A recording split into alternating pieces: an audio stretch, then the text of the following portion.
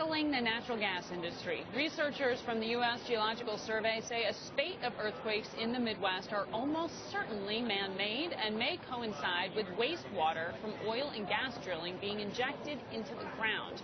According to the study, there were an average of 21 seismic events in the region per year from 1970 until 2000. Then, in 2010, there were 50. Last year, that number jumped to 134. Joining us now to give some perspective and to respond to the data is Lee Fuller. He's Executive Director of Energy in Depth, a research group created by the Independent Petroleum Association of America. Lee, welcome to In Business. This is obviously fueling part of a huge debate here about fracking. Now, let's put the fracking portion of this aside, talk about the wastewater bit that this data analyzed. Is the wastewater process contributing to some of these events?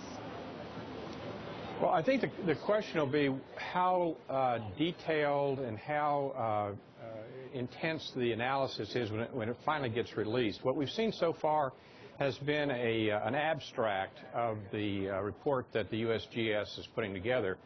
And it does, as you point out, address the issue of whether wastewater that's generated and has been generated for since we've been developing oil and natural gas and is managed through this underground injection process has the potential to cause some type of seismic activity, and whether that reflects a need to in some way adjust the management of underground injection. There's about 150,000 operating underground injection wells now. About 30% of those are used for the actual disposal of produced water from oil and gas operations.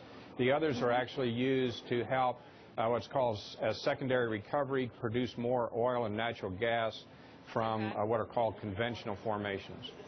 Now, I understand the argument, the correlation with the number of these events is not the same thing as linking causation of fracking to this. However, how does the industry explain this jump, this increase in earthquakes?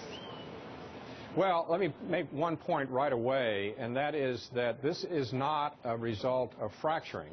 This is, if there's an issue here, the issue is in the management of produced water that comes up with the oil and natural gas and has been part of the overall management all along. And made that point, but the wastewater process is part of the overall process. Wastewater is produced as a part of oil and gas production and always has been.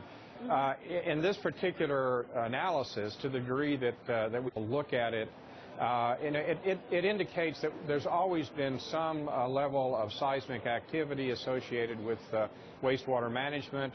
What's exactly causing the increase that is referenced in the study, I think we'll have to see the details of the report and then see what kind of additional research. It may be wastewater management. It may be increases in the volume of the wastewater management. It may be that the wells need to be operated more carefully. One of the dynamics that can produce more seismic activity from an injection well is the amount of water that's being put into it at a given window of time. So part of the issue may be that these wells are being run too intensely.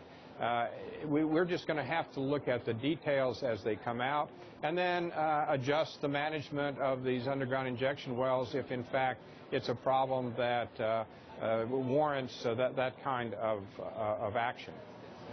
So if you are going to change, perhaps, some of the methods used, what kind of cost are you talking about to the industry? Well, I don't know that there's a specific cost that you can attach to the industry. There's a couple of things that I would see being plausible options. And one of the activities that's already underway in many of the producing areas is the reuse of this water rather than its disposal.